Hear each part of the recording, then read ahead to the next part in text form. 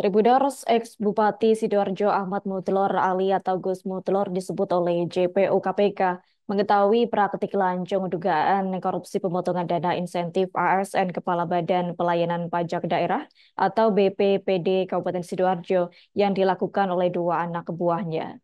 Namun alih-alih menghentikan atau menegur perbuatan tercela tersebut, ternyata Gus Mutlor diduga meminta bagian dari uang hasil praktik rasuah yang dilakukan kedua anak buahnya. Diketahui kedua anak buah terdakwa Gus Muhtlor yang lebih dulu diseret ke meja hijau, yakni terdakwa Ari Suryono, ex-kepala BPPD Kabupaten Sidoarjo.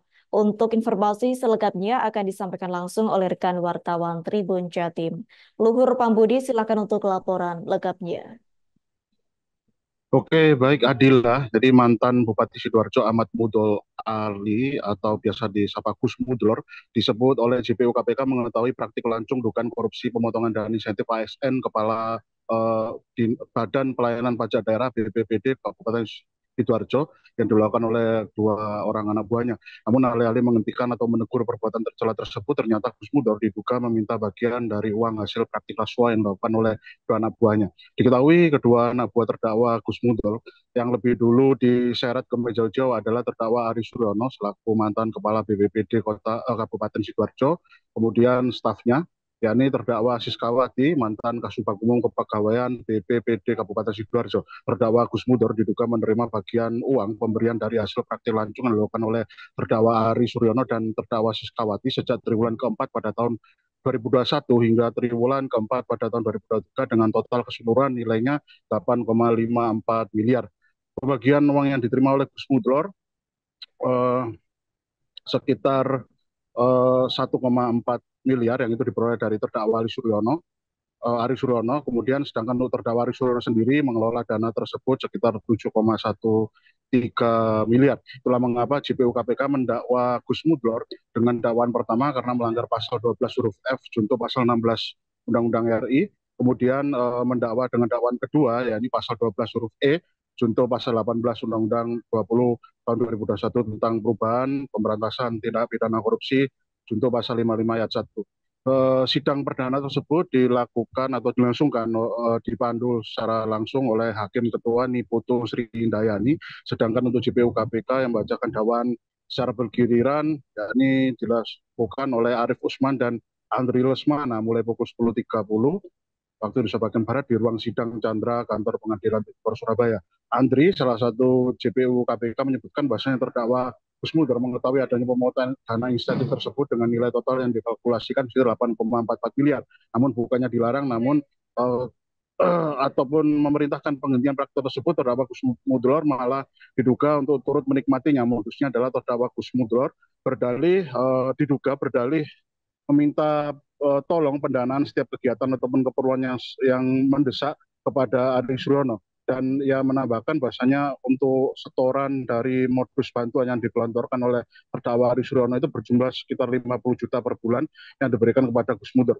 Jika dikalkulasikan, Gus Mudur mendapatkan bagian sekitar 1,46 miliar, sedangkan untuk terdakwa Ari Suryono mengelola dana sekitar 7,13 miliar.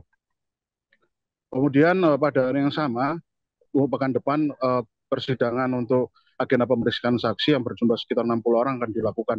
Dan Andri Lesmana, JPU KPK menegaskan pihaknya akan mendatangkan beberapa orang saksi yang kurang lebih sama, namun saksi yang sama dari persidangan dua terdakwa sebelumnya. Namun pihaknya juga tak menampi akan mendatangkan saksi baru yang akan bersaksi di hadapan majelis saat sidang yang berlangsung untuk terdakwa Gus Mudor. Sementara itu penasihat hukum dari Gus Mudor sendiri yang bernama Mustafa Abidin kemarin menyebutkan bahwasanya pihaknya tidak mengajukan eksepsi karena dakwaan pihak jaksa secara formil sudah sesuai.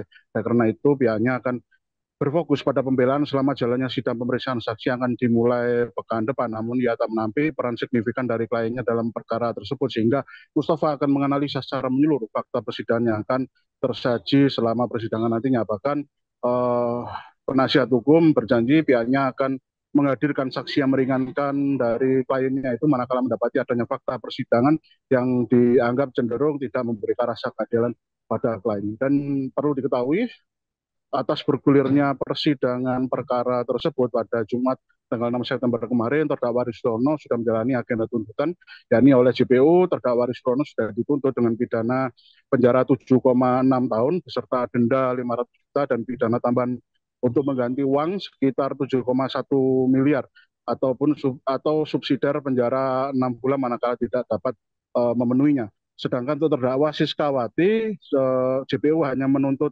ia dengan pidana penjara sekitar 5 tahun dengan pidana denda 300 juta subsidiar 4 bulan tanpa adanya pidana tambahan. Demikian reportase kami, Adila, kembali ke studio. Baik, terima kasih untuk informasi lengkapnya. Silakan bertugas kembali. Tribuners, waktu kami telah menghimpun wawancara bersama JPU KPK Andri Lesmana dan penasihat hukum Gus Muhdelor bernama Mustafa Abidin. Berikut untuk tayangannya. Kalau 12F itu terkait pemotongan. Kalau 12E itu terkait pemerasan. Apa mungkin bisa di poin-poin dakwaan? Poinnya kalau 12F itu terkait adanya pemotongan ya kan, secara tidak sah yang dianggap sebagai hutang. Kalau di 12E itu adalah pemaksaan untuk pemberian sesuatu. Substansinya di kasusnya GM kan hampir sama kan sama Siska sama Ari ya. Dalam artian beliau selaku bupati mengetahui adanya pemotongan insentif ya kan, dan berdasarkan fakta sidang sebelumnya kan juga Pak Ari maupun Siska maupun kepala. Ya, tentu kami melihat bahwa dalam surat dakwaan yang sudah disampaikan oleh JPU kepada terdakwa, kami lihat memang secara formil sudah memenuhi lah, sehingga kami berpikir tidak menyia-nyiakan waktu untuk mengajukan eksepsi. Itu alasannya. Alternatif untuk pembelaannya bagaimana? Iya, jadi hampir sama kayak 12 ya. Jadi kita kan sudah mendengarkan tadi ya apa yang didakwakan kepada klien kami Ahmad Muhdor terhadap surat dakwaan tersebut, maka seperti yang kami download Tribun X sekarang, menghadirkan lokal menjadi Indonesia.